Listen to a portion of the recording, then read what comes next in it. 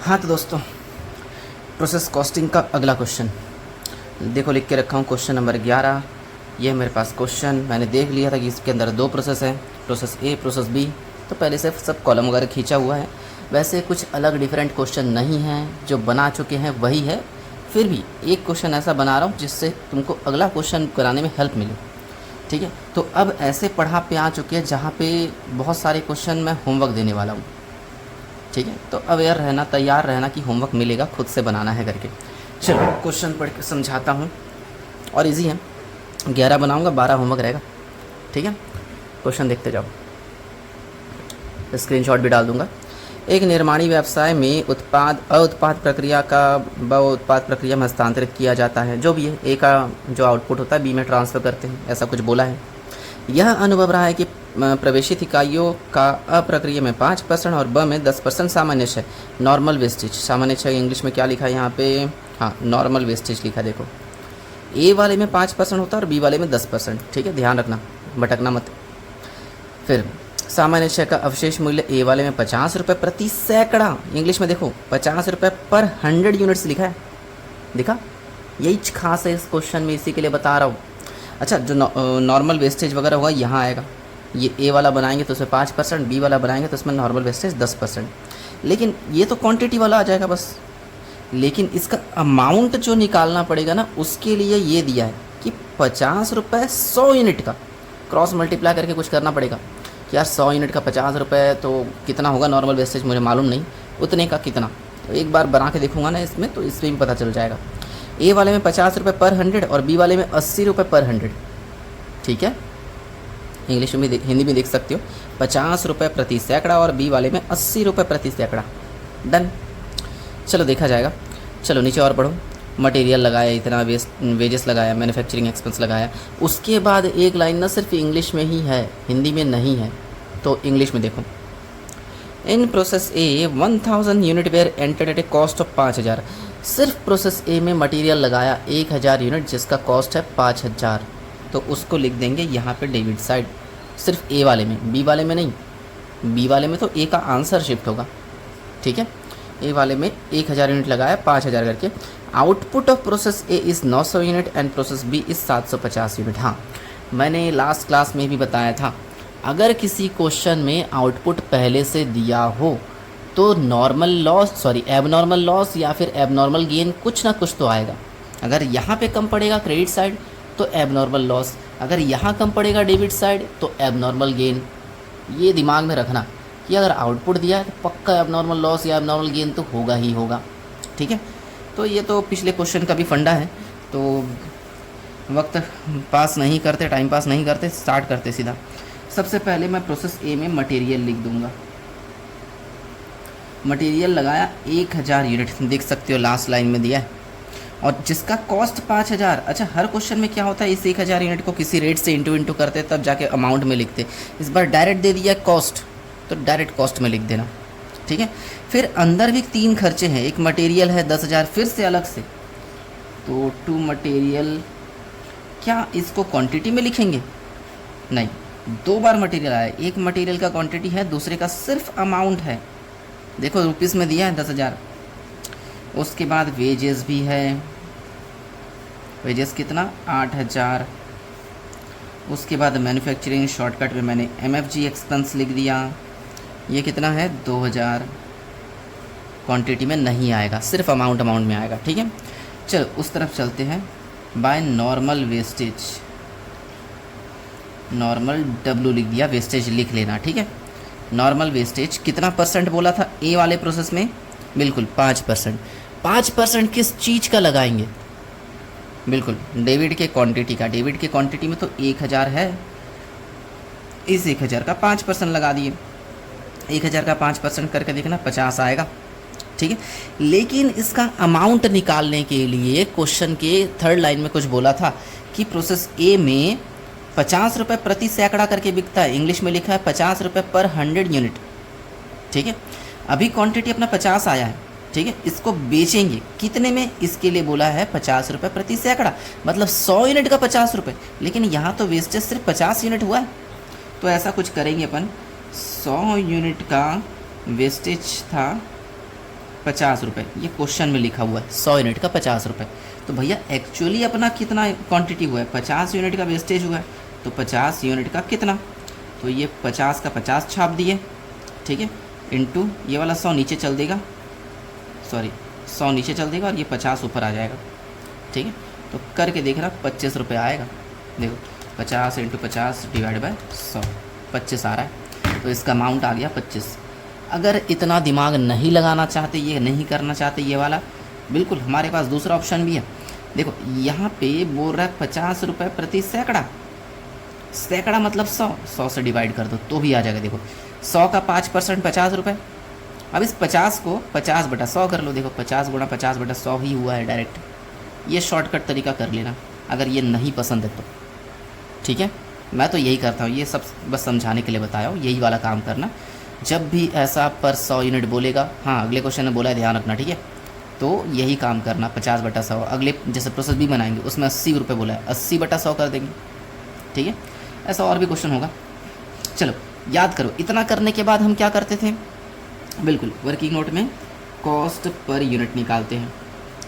वही तरीका, डेबिट का अमाउंट माइनस क्रेडिट का अमाउंट डिवाइड बाय डेबिट का क्वांटिटी माइनस क्रेडिट का क्वांटिटी। तो डेबिट का अमाउंट है 5000 प्लस 10,000 प्लस 8,000 प्लस 2,000 और माइनस में क्रेडिट साइड अमाउंट सिर्फ ₹25 है, डिवाइड बाय डेबिट का क्वांटिटी 1000 और यहाँ -50। तो जाहिर सी बात है नीचे तो 950 आएगा, ठीक है। ऊपर का देख लेते हैं, 5000, 10,000, 8,000, 2,000, तो -25 यानी 24,975। अब डिवाइड कर लेते हैं 950 से, तो आ रहा है 26 दशमलव बहुत कुछ, 26.289 पर यूनिट कुछ आ रहा है। इसको मिटाना मत, कैलकुलेटर चलाने का तरीका, इसको मिटाना मत, इसको रखे रहना। पहले मैं आंसर चेक करता हूँ, कहाँ गया आंसर, 11 ही है ना, हाँ 26.29, हाँ 26.29 लिखा है आंसर में, लेकिन इसको मिटाऊंगा नहीं क्योंकि कुछ काम आने वाला है। अब क्वेश्चन में देखो आउटपुट दिया हुआ है एकदम आखिरी में, प्रोसेस ए का आउटपुट 950 इंग्लिश में दिया, देखो। अच्छा ए का आउटपुट बी के नाम से लिखते हैं, बी का आउटपुट फिनिश स्टॉक के नाम से, क्योंकि सी प्रोसेस तो है ही नहीं, तो यहाँ पे मैं बाय प्रोसेस बी लिख रहा हूँ। देख के बताओ तो यार कितना है आउटपुट प्रोसेस ए का, बिल्कुल 900 है, तो ये 900 यूनिट और इसको कॉस्ट पर यूनिट से मल्टीप्लाई करना है, कॉस्ट पर यूनिट से मल्टीप्लाई करेंगे 26.289 कुछ। अब ज़रा सोचो, इनटू करना है तो सिर्फ ये 28 दो ही अक्षर तक लेंगे क्या, जो आया है उसको मिटाया नहीं हो क्योंकि काम आने वाला था। इसको किससे इंटू करना पड़ेगा मुझे, ये 900 से इंटू कर दो, 900 से देखो 23,660.5, 23,661 कर लेता हूँ, ठीक है। इसका आ रहा है 23,661, प्लस माइनस करके देखो कुछ ना कुछ बचेगा। और अगर नहीं करना चाहते तो भी एक तरीका है, क्वांटिटी देखो दोनों साइड का, डेबिट में 1000 है लेकिन क्रेडिट में कितना है 950, तो यही पे कम पड़ रहा है ना 50, तो इसको क्या बोलेंगे, एबनॉर्मल लॉस। अगर इस साइड कम पड़ता तो एबनॉर्मल गेन लिखते, चाहे एबनॉर्मल गेन हो चाहे एबनॉर्मल लॉस हो, उसका अमाउंट निकालने के लिए कॉस्ट पर यूनिट से मल्टीप्लाई कर दो, यानी 50 इंटू वही 26.298 कुछ 289 जो भी है। अब ज़रा सोचो, है ना, इसी को एक बार 900 से इंटू किए थे, अब एक बार 50 से इंटू करना है, तो दोबारा कुछ दबाने की ज़रूरत नहीं है, सिर्फ 50 बराबर, इसीलिए बोल रहा था कुछ मत मिटाया करो। 1314 समथिंग कुछ आया, क्या आंसर में है, हाँ 1314.47 पूरा परफेक्ट आंसर आया, ठीक है। 1314 बस कर लेता हूँ, ठीक है। अब देखते हैं दोनों साइड अगर इक्वल आ गया तो सही वरना गलत। क्वांटिटी तो देख रहे हैं साफ साफ बराबर आ ही गया है। अमाउंट का देखो 5, 10, 15 और यहाँ 10, 25 हो जाएगा, वहाँ भी 25 आना चाहिए। चलो देखते हैं, 25 रुपये, 1314, 23,661, तो ये आ रहा है पूरा 25,000 परफेक्ट। ये प्रोसेस ए हो गया। ऐसे ही प्रोसेस बी बनाएंगे अपन, ठीक है। पहले ये वाला शिफ्ट करेंगे यहाँ डेबिट साइड, कौन से अकाउंट से आ रहा है, बिल्कुल ए से, तो ए का नाम लिखेंगे 900 यूनिट 23,661। अब जो भी खर्चा किया है, मटेरियल, वेजेस और मैन्युफैक्चरिंग एक्सपेंस लगाया है, देखो क्वेश्चन में होगा, देखा तीनों का अमाउंट भी बता दो। अमाउंट बताओ, अमाउंट पे लिखना है ना।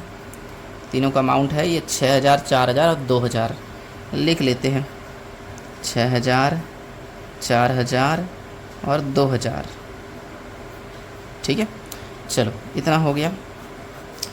अब पिछली बार की तरह याद करो, इस तरफ नॉर्मल वेस्टेज जगह नहीं है, मैं डब्लू लिख दिया। तुम लोग पूरा वेस्टेज लिख लेना अगर कॉपी में जगह हो तो। अच्छा, इस बार कितना परसेंट लगाने बोला है? बिल्कुल 10%। किस चीज़ का 10% लगाएंगे अपन? हाँ, डेबिट के क्वांटिटी का। डेबिट में इस बार क्वांटिटी 900 है, तो लगाएंगे अपन 900 का 10%। 900 का 10% 90। और पिछली बार देखो क्या किए थे, 1000 का 5% लगाए थे 50, यहाँ लिखे। फिर उसी 50 को 50 से इंटू 100 से डिवाइड। इस बार किससे इंटू और किससे डिवाइड? बिल्कुल 80 से इंटू 100 से डिवाइड। ठीक है, 8 नियम 72 कुछ आएगा। ठीक, बताओ इतना करने के बाद क्या करेंगे? अच्छा, अगर ये 72 समझ में नहीं आए, ये वाला काम कर लो चाहो तो, तुम्हारी मर्ज़ी। 100 यूनिट का 80 रुपये। वैसे मुझे ये टाइम पास लगता है, तो भाई 90 यूनिट का कितना है ना, 80 इंटू 90 डिवाइड बाय 100। 8 नियम 72, 2 0 कट जाएगा, ख़त्म। वही काम किया हूँ मैं, तो ये सब नहीं करना चाहता। डायरेक्ट यहाँ पे कर दो, कैलकुलेट करके अमाउंट में लिख दो। इतना करने के बाद याद करो, हर बार की तरह कॉस्ट पर यूनिट निकालते हैं। वही तरीका, डेबिट का अमाउंट माइनस क्रेडिट का अमाउंट, है ना, जो भी है। बाहर ना बारिश हो रहा है, शायद वीडियो में आवाज़ भी आ रहा होगा। अच्छी बात है। चलो पहले नीचे का तो 810 आएगा। ऊपर का कैलकुलेट करके देख लेते हैं। 23,661 प्लस 6000 प्लस 4000 प्लस 2000 माइनस 72, तो आ रहा है मेरा 35589। ठीक है, अब इसको डिवाइड करेंगे 810 से, तो आंसर आना चाहिए 43.94। बिल्कुल सही, ₹43.937। बहुत कुछ आ रहा है। ठीक है, 94 PR बुक में मैं इतना ही लिख रहा हूँ बस। अब प्रोसेस ए के बाद बी बनता है, बी के बाद तो कुछ है नहीं, तो आंसर को अपन फिनिश स्टॉक लिखेंगे। अरे गलत लिखा हूँ, फिनिश स्टॉक, जो भी है स्पेलिंग में मत जाना। अच्छा, फिनिश स्टॉक, प्रोसेस बी का आउटपुट देखो, उसी को फिनिश स्टॉक मानेंगे। क्वेश्चन में दिया है प्रोसेस बी का आउटपुट देखो 750, तो यहाँ 750 लिख दिया। और इसका अमाउंट कैसे निकालेंगे बताओ? वही कॉस्ट पर यूनिट से मल्टीप्लाई करके, 43.937 समथिंग। अब मैंने तो मिटाया नहीं था, देखो है हमारे पास, बस इसको एक बार 750 से इंटू कर दो, इंटू 750, तो आ जाएगा 32953 कर लेता हूँ। ठीक है, 32953। ठीक है, अब क्वांटिटी को एक बार देखो, क्या बराबर हो गया? यहाँ 750 और 90, यहाँ होता है 840, और यहाँ कितना है 900। यहाँ 900, इस साइड 840, कम किस साइड है? बिल्कुल क्रेडिट साइड। 60 रुपये कम है शायद। आंसर कहाँ है, कहाँ है, कहाँ है? हाँ, 60 कम है। 60 को बोलेंगे एबनॉर्मल लॉस।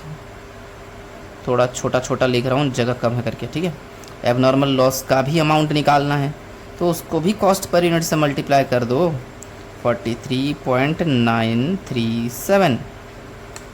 एक इंटू तो कर चुके थे बस, किससे? 60 से इंटू करना है, 60 बराबर। ये कैलकुलेटर चलाने का तरीका होता है।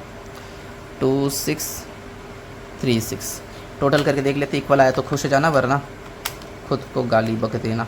सॉरी ना, ऐसा नहीं जो भी है, मजाक कर रहा था। क्या हो गया? 232636 प्लस 32953, तो ये टोटल आ रहा है मेरा 35661। 23,661 प्लस 6410 तो 12। हाँ बिल्कुल सही, 35661। यहाँ क्वांटिटी 900 और यहाँ भी 900। अगला क्वेश्चन मैं बिल्कुल नहीं पढ़ूँगा, खुद पढ़ना खुद बनाना। ठीक है, और ऐसा क्वेश्चन एक आध बार ही आया था एग्ज़ाम में, लेकिन अगर इजी क्वेश्चन देना हो तो ये आ सकता है।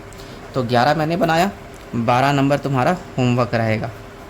ठीक है, चलो इसको नोट कर लो, और कुछ डाउट होगा तो मुझसे पूछना।